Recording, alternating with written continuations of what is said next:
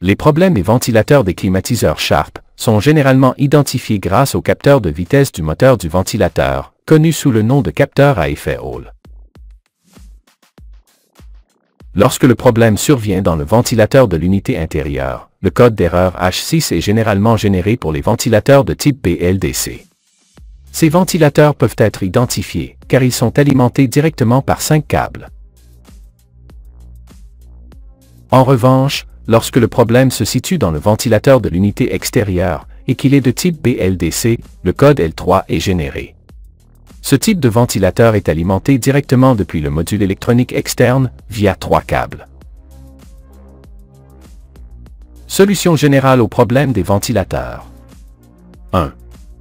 Il faut nettoyer le filtre à air et les échangeurs de chaleur de l'unité intérieure ou extérieure, selon le code d'erreur. 2. Déconnecter l'appareil de l'électricité pendant plusieurs minutes. Parfois, un simple redémarrage peut effacer le code d'erreur. 3.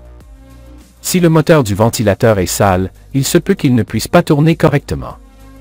4. Si le câble d'alimentation est desserré ou endommagé, il doit être réparé ou remplacé. Si les connexions électriques sont défectueuses, elles doivent être nettoyées ou réparées. 5. Si, avec l'appareil éteint, le ventilateur ne peut pas être tourné librement à la main, sans bruit, la panne peut être située dans les roulements du ventilateur.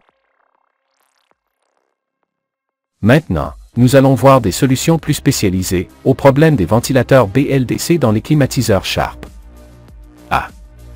Le ventilateur BLDC peut être utilisé à la fois dans l'unité intérieure évaporateur et dans l'unité extérieure condenseur. B. Le ventilateur BLDC de l'unité intérieure utilise 5 câbles, car l'alimentation des bobines du moteur se fait à l'intérieur du boîtier via une carte électronique interne indépendante. C. Ces 5 câbles sont généralement identifiés par des couleurs spécifiques. Rouge, alimentation en haute tension continue, environ 300 V lorsque l'alimentation réseau est de 220 V. Noir, terre ou commun de toute la carte électronique. Blanc, alimentation du contrôleur électronique interne du ventilateur BLDC, généralement alimenté en 15 V. Jaune, signal ou impulsion provenant du contrôleur de la carte principale pour contrôler la carte interne du moteur BLDC. Bleu, signal du moteur BLDC à la carte électronique principale pour indiquer la vitesse et la position du rotor du moteur BLDC. D. Vous pouvez vérifier la présence de la tension d'alimentation avec la carte sous tension en plaçant les pointes du multimètre sur les câbles correspondants. Procédure de test. 1.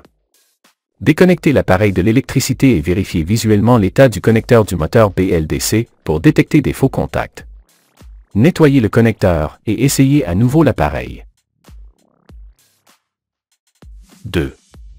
Sans électricité, en déconnectant le ventilateur BLDC de l'unité intérieure, une vérification initiale peut être effectuée pour savoir si le contrôleur interne du ventilateur est en court-circuit. Utilisez un multimètre en mode résistance électrique en kOhm et mesurez la résistance entre la broche d'alimentation en haute tension, fil rouge, et la broche noire de terre de haute tension. La résistance devrait être infinie, indiquant un résultat correct. 3. En mode buzzer ou continuité, il ne doit y avoir aucune continuité entre le fil noir et les autres fils restants. 4. Si tous les tests précédents sont réussis, il est recommandé de vérifier l'absence de blocage et la rotation libre du moteur lorsqu'il est déconnecté pour écarter les problèmes. 5. Vous pouvez retirer le moteur du ventilateur, ouvrir son boîtier et vérifier si l'alimentation arrive effectivement à l'intérieur du moteur. Inspectez visuellement la carte électronique interne du moteur BLDC pour détecter des anomalies et vérifier la continuité de tous les fils du connecteur du ventilateur à l'entrée de la carte électronique du moteur. 6. Vérification des problèmes de la carte électronique. Mesurez la résistance électrique avec le multimètre entre l'alimentation en haute tension, fil rouge, et chacune des sorties vers les bobines du moteur. Toutes les mesures doivent être égales. Cette procédure doit être effectuée avec la pointe rouge du multimètre sur le fil rouge du ventilateur et la pointe noire sur chaque sortie de la carte interne du ventilateur BLDC, puis le même processus avec les pointes du multimètre inversées. Si une mesure donne des valeurs différentes, il est possible que la carte de contrôle présente des problèmes. 7. Lorsque des problèmes sont détectés dans la carte électronique interne du moteur BLDC, concentrez-vous sur le contrôleur IPM de la carte, qui peut être remplacé par un de même référence. Si aucun problème électronique n'est observé, déconnectez la carte électronique des bobines et mesurez la résistance électrique de ces 3 bobines. Toutes les valeurs mesurées doivent être égales. 8.